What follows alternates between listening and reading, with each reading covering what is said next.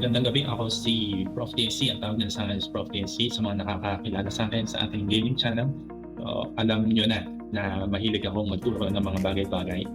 And this is one of my dream. Sa tingin ko, ito yung isa sa gusto kong gawin sa ating buhay, na makapagturo ng mga bagay-bagay na makakapag-create ng positive impact sa ating buhay. No? So, syempre, malawak ang topic ng ating buhay. And for tonight, meron lang akong i-share sa inyo na isang video muna, no? Na kung saan medyo nakakatawa, pero actually, pwede natin siyang gamitin sa ating tunay na buhay para umasenso. You know? So first, dito sa title natin, nakalagay is cheat code para umasenso. Pag sinabi natin umasenso, malamang marami sa atin ang iniisip, no? O yung unang bagay na papasok sa ating isipan pag narinig ang umasenso is financial, pera. No? So, pero sa topic natin, hindi lang pera ang pag-uusapan natin when we say umasenso. Kasi umasenso, it means improve. Di ba? So, hindi lang rin pera ang ini-improve natin dapat. Kapag-podcast na din tayo before, kaya lang natigil. So, ito na yung magiging platform muna natin sa podcast natin is YouTube channel natin, Prof. TSC Adventures. Ang pangalan natin. Kumbaga, tinanggap ko na ang pagiging Prof. TSC Adventures natin. Pero disclaimer muna, hindi ako professor sa tunay na buhay. Ano ibig sabihin nun? Wala akong master's degree, wala akong doctor's degree. So, pero isa akong educator. Ayan. So, mas okay sa akin yung educator. Kaya lang, yung medyo unique kasi naging Prof. TSC dahil mahilig nga tayong magturo. Tapos sabi ng mga followers ko sa ang init. No? Sabi ng mga followers ko sa gaming channel ko before. Sabi ba, bakit parang magandang mag-explain. Tsaka parang teacher ka magsalita. Actually, teacher tayo. Hindi rin ako graduate ng education, computer engineering ang tinapos ko. And then, meron lang akong certificate para magturo internationally. Nagturo ako sa Pilipinas for about 6 years, no? Sa STI College before, sa Pampanga. And then, nagturo na rin ako ng 3 years sa Thailand. And nagturo din ako ng more than 4 years dito sa Vietnam. Yan. So, educator talaga ako. Pero hindi ako professor. So, yung Prof. TSC is just a title na kung saan binigay sa akin ng aking mga followers dahil nagustuhan nila yung way ng ating pagtuturo. So, napakaganda yung Prof. TSC. And welcome na siya ngayon sa akin. Okay na, Prof. TSC na tayo. So, let's go. Start na natin yung ating first discussion. Sisimulan natin yung bagong style ng ating podcasting sa isang maikling video na i-explain natin. Mag-react tayo. Kayo din, pwede kayong mag-comment dyan at sasagutin natin na yung related dito sa ating topic. So, here we go. So, sabi dito, stress. So, sa first stage ng ating video ay stress. Yan. So, next.กินเหล้า Stress, inom ng alak. Mahirap. No? Tapos, stress. Kasi mahirap ka, stress ka, ang solusyon mo, uminom ka ng alak. Laglaw. So, na-realize niya, stop drinking, sabi niya, no? Yan natin, anong ginawa niya? Tamyan. Sabi niya, work. ทำงาน Trabaho na naman. ทำงาน Get Trabaho. Siyempre, pag nagtatrabaho ka, sabi niya, collect money. Diba? So, collect money. Good. ทำงาน Trabaho ulit. เก็บเงิน Collect money na ใช้หนี้ Ayun. Teka. Importante to, Kasi maraming tao nakakalimutan nila to pag may pera na sila. Magbayad ng utang. Yan. Karamihan sa mga tao pagka may utang sila, may pera na sila, ayaw pa rin magbayad, no? Ano ba? ทำงาน Trabaho ulit. เก็บเงิน Collect money. So mukhang this time, mas asensado na siya at nagsisave na siya ng pera, ได้เรียน Uy, get educated. Isa sa mga topics natin today ay related dito sa get educated na to. มีกิน Stable life. Siyempre, kapag masipag ka magtrabaho, wala ka ng utang, may ipon ka na, mas magiging stable yung life mo. No? Ganun eh. ช่วยเหลือ Yun. So, siyempre, kapag stable na yung life mo, no? Mag-give back ka. Yan, help others. In a way, ako medyo nanditong stage na tayo, no? Mag-help others na tayo. Kasi meron tayong knowledge. So, mag-help others naman tayo. Ano pa? Tuloy natin. ผ่องใส Kapag nag-help others ka, syempre, masarap sa pakiramdam.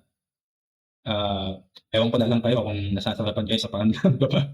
Nag-help others. So, kapag nag-help others ka, masaya ka. Yung natulungan mo, masaya din. Tingnan natin. ใสเมียรัก Ano daw yun? Syempre, no? Kapag stable yung buhay, wala ka rin problema sa bisyo, sa pera, white loves him, sabi niya, di ba? Tama na naman. รักอบอุ่น Masayang pamilya, di ba? Happy family. ไม่ปวด Malusog. Syempre, hindi ka stress. Hindi ka nabibisyo, malusog.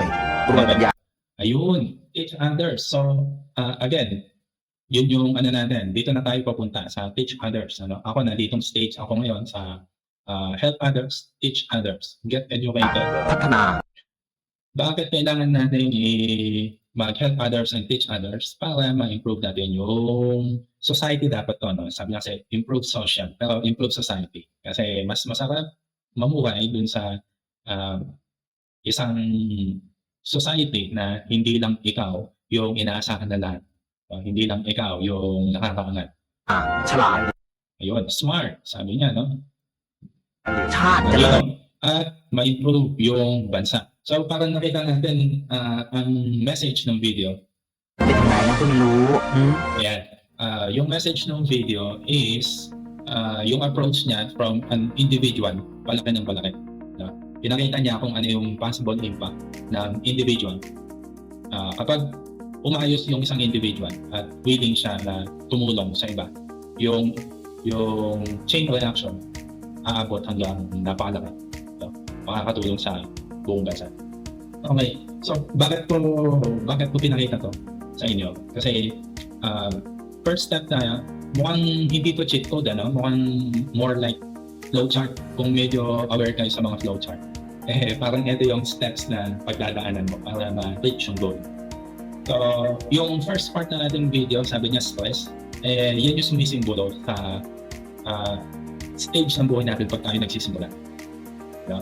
So, syempre, kahit mayaman, mahirap, nagkaroon tayo ng point sa ating buhay na feeling natin nasa baba tayo. Mahirap, parang napakahirap bumangon, nasa baba tayo. At ano yung nararamdaman natin? Tayo ay stress. Tama?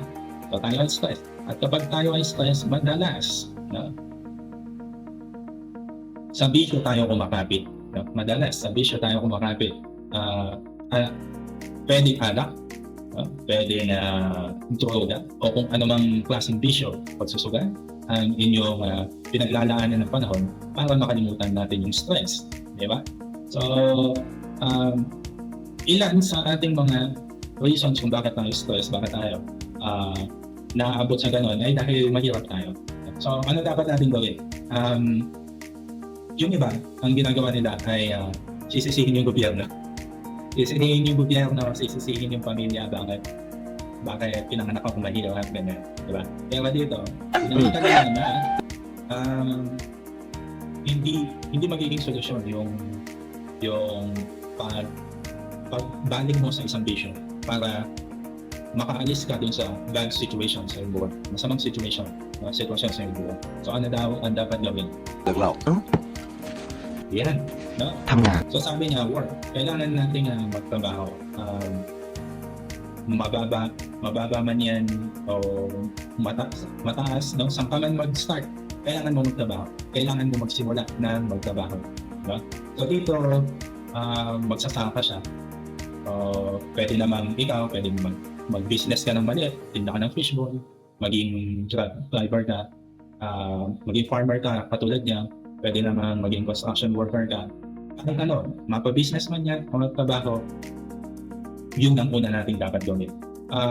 Kasi, bakit yun yung uunahin natin? Again, improve muna natin yung sarili natin. Mas madaling tumulong sa iba. Kaya yung tumutulong na tayo sa iba, yung sarili natin ay hindi pa natin na-improve. So, dito, ทำงาน work, ทำงาน work. เก็บเงิน And again, pagka ikaw nagtrabaho, make sure naman na kumikita ka din. Kasi pagka alam naman natin na dito sa mundong ibabaw, kailangan natin ng pera. Diba? Malaki man yan o maliit, kailangan natin ng pera. ทำงาน And เก็ then, บเงินใช้หนี้ i-highlight ko lang dito kasi dun sa mga nakahirang na hindi nagbabayad. Sa mga nakahirang na hindi nagbabayad, bayad lang ng utang.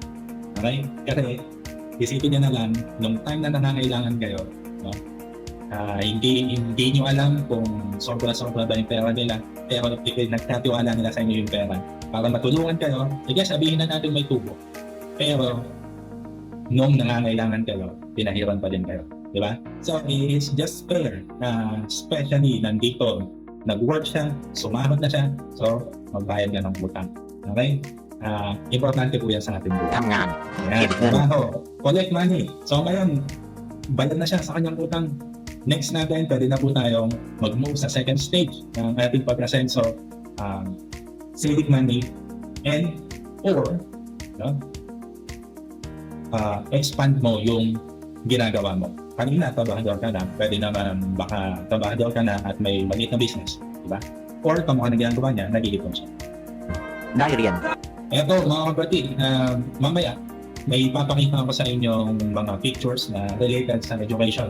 Kasi sa tingin ko, aware na kayo dito na mayroong mga influencer na gagawa ng mga videos na hindi naman natin kailangan mag-aral. No? Hindi natin kailangan ng education. Kailangan lang natin is discount, mga ganyan. So pag-uusapan din natin yan na related sila dito. So get educated mga kapatid. มีกิน And then, stable life, siyempre, wala ka ng utang, may income ka, so magkakaroon ka ng more stability sa iyong buhay. ช่วยเหลือ Yun. At siyempre, pag stable ka na, huwag mong kalimutan tumulong sa iyong community. Pwede naman tulungan ng family, and then if mas maging asensado ka, tulong ka sa community. Yung tulong natin sa community, hindi lang yan financial. Again, lagi yung sinasabi, ang pag-asenso hindi lang financial, yung pagtulong hindi lang din financial. ผ่องใส Yun. So, it will lead to มีรัก happiness. อบอุ่น Happiness ng sarili, happiness ng tinulungan, happiness ng ไม่ป่วย Yun. Malusog na pangangatuan, isipan, maraming bagay. รวยปัญญา And teach others, kamukha nung help others, teach others. Importante yan mga kapatid. Magpakana. Na yun. ฉลาดชาติเจริญเป็น Hindi yan mga pag-iasig, magiging part ka ng pag-improve na society at ng buong bansa. Even the whole world, no? Yung buong mundo, maliit na ambag, pag pinagsama-sama yan, malaki na yung effect. So, yun yung natin. Bakit ko pinakita yung video na yun mga kapatid? Kasi galing na ako doon. Nandun na ako sa stage na yun. Sabi ko nga sa inyo, this channel, hindi ko sasabihin na eto dapat mong gawin ganyan. More on yung life experiences ko ay isi-share ko sa inyo. Plus, ipapakita ko pa sa inyo yung iba pang options na pwede natin gawin. Ang ng pag nag-aaral tayo ng math, maaaring meron isang problema, maaaring isa o higit pang solusyon ang makakasagot sa isang problema. So, ganun din naman sa buhay. Wala na one-fit-all solution. No? Yung isang solusyon na applicable sa lahat ng tao. Kasi nga, magkakaiba tayo. No? Pero at least, maibibigay natin sa inyo yung mga options and then, makakagawa kayo ng informed decision. No? So, yun yung cheat code natin para umasenso. So, applicable ba yan sa hindi lang sa pera? Oo naman, applicable yan kahit hindi sa pera. No? Ako, nasa stage na ako. Duman na tayo ng maraming problema at may mga problema pa din naman ngayon. Okay na tayo doon, nagtatrabaho tayo, kumikita tayo ng pera, wala tayong utang. May mga umutang, excuse me po, bayad na po tayo. Tapos, nandun na tayo sa point na help others. Nasa help others na tayo. Sa ngayon, yung status natin sa help others is more on giving knowledge time. Wala pa tayo dun sa point na makakapag-help din tayo financially. Hopefully, in the future, kaya na din natin yun. At yung help others natin in terms of financial, sa family pa lang sa way ito. Hindi pa kaya ng, paminsan-minsan may charity works tayo, pero hindi pa talaga kaya na consistent at malakihan. Doon na tayo. So, teach others, help others. Nandun na tayo at makaka-contribute tayo sa ating community and even our country. Kung hindi pa kayo nakakapag-subscribe, subscribe na kayo Prof. TSC Adventures and follow naman sa ating Facebook page, Prof. TSC Adventures. Soon, madadagdagan pa yung ating platforms. Pero for now, dito lang muna tayo. Kung gusto nyo pa lang, gusto nyo magbigay ng topics na pag-uusapan, pwede kayong mag-comment dyan sa baba or i-email ninyo ako sa adventurestsc@gmail.com. O kaya mag-PM kayo dyan sa Facebook page ko or mag-comment kayo sa mga videos natin. Tingnan natin, pag worthy naman yan, useful yung comment na yan, itatakal natin dito sa ating kwentuhan. So, again, this is Prof. TSC ng TSC Adventures. Sana kapulutan nyo ng aral o may saysay yung ating kwentuhan ngayong gabi. So, I'll see you on the next one. Thank you.